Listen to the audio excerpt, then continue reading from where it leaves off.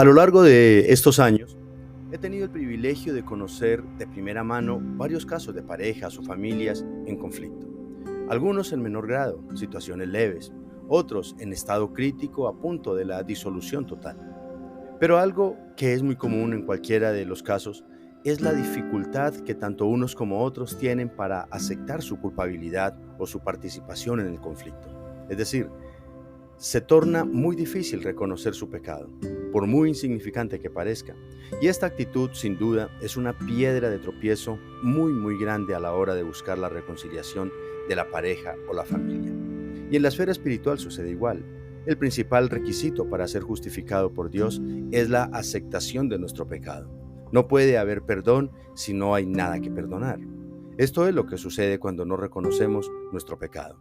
En el pasaje de nuestro devocional de hoy, el apóstol Pablo, la máxima autoridad en el tema de la justificación, nos recuerda la importancia de este principio. Romanos 4, versículos 6 al 8 dice la Escritura: Como también David habla de la bienaventuranza del hombre a quien Dios atribuye justicia sin obras, diciendo: Bienaventurados aquellos cuyas iniquidades son perdonadas y cuyos pecados son cubiertos. Bienaventurado el varón a quien el Señor no inculpa de pecado. Pablo ha venido profundizando en esta doctrina cardinal del proceso que Dios aplica para la salvación de los pecadores.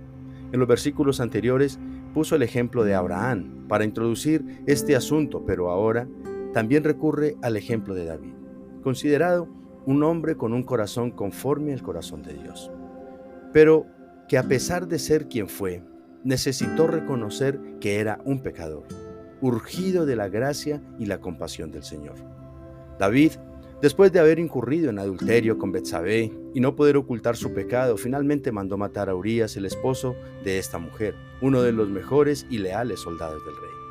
Al ser confrontado por el profeta Natán, David procedió al arrepentimiento y en clamor por el perdón de Dios compuso el Salmo 51. De hecho, voy a compartirles los versículos 1 a la primera parte del 4.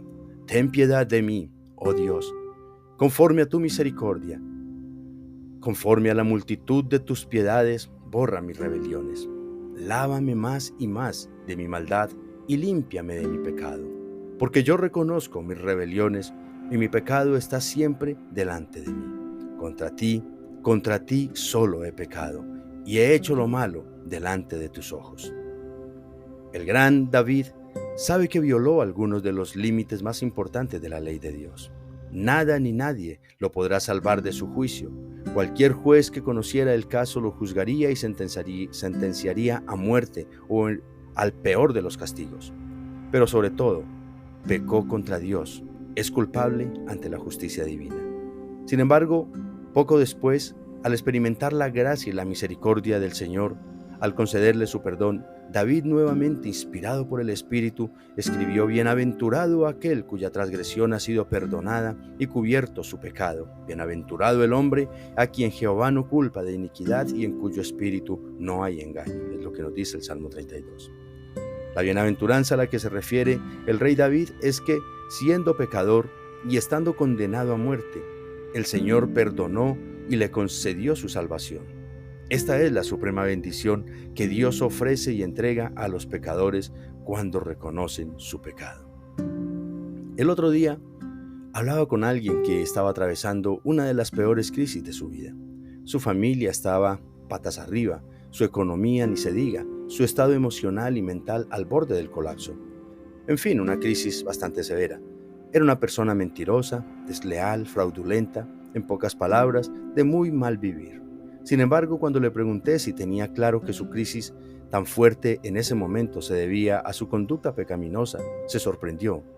Se agachó como haciendo memoria y me dijo: pues yo aquí pensando, realmente no recuerdo que haya cometido algún pecado. Y amados, este tipo de actitud es el peor enemigo de la verdadera justificación por parte de Dios.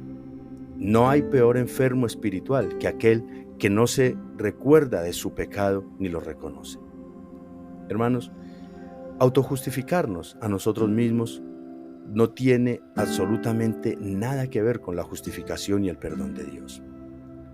No hay otro medio para ser justificados Es imprescindible entonces aceptar nuestro pecado y reconocer que somos pecadores.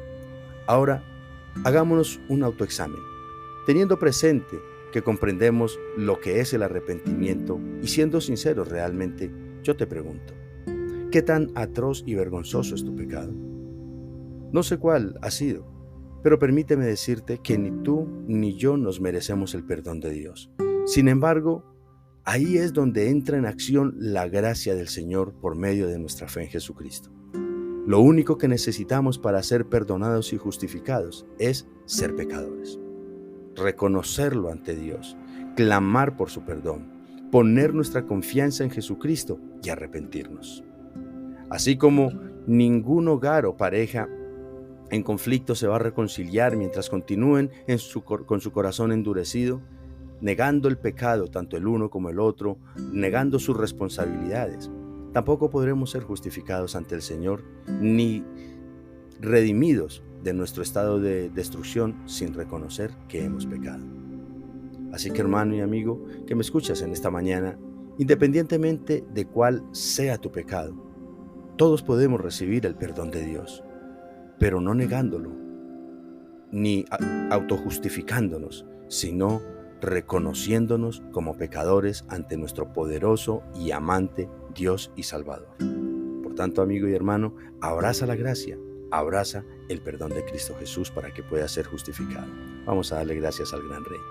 Amado Rey, bendito y soberano Padre que estás en gloria, recibe nuestra acción de gracias que en este momento elevamos hacia ti por tu desmedida misericordia y bondad para salvarnos y bendecirnos. Gracias, maravilloso Salvador, porque por muchos años e incontables ocasiones vivimos negando y desconociendo nuestro pecado. Mas tú nos alcanzaste y nos diste un corazón de carne, sensible a nuestra propia maldad, y nos ayudaste a reconocer nuestro pecado. Ahora te suplicamos, Espíritu Santo, que tengas compasión de los perdidos y obres en sus corazones, convenciéndolos de su pecado y de la justicia de Dios. Y aún a los creyentes, ayúdanos a reconocer permanentemente que te fallamos, que seguimos pecando, para que no nos familiaricemos con ese pecado. Te lo pedimos y agradecemos en el nombre de Jesús. Amén y amén. Apreciado hermano y amigo, te ha hablado el pastor William Zúñiga de la Iglesia Renaciendo en Cristo. Y es nuestra oración que estas pequeñas gotitas espirituales fortalezcan nuestra fe, confronten nuestra vida delante del Señor.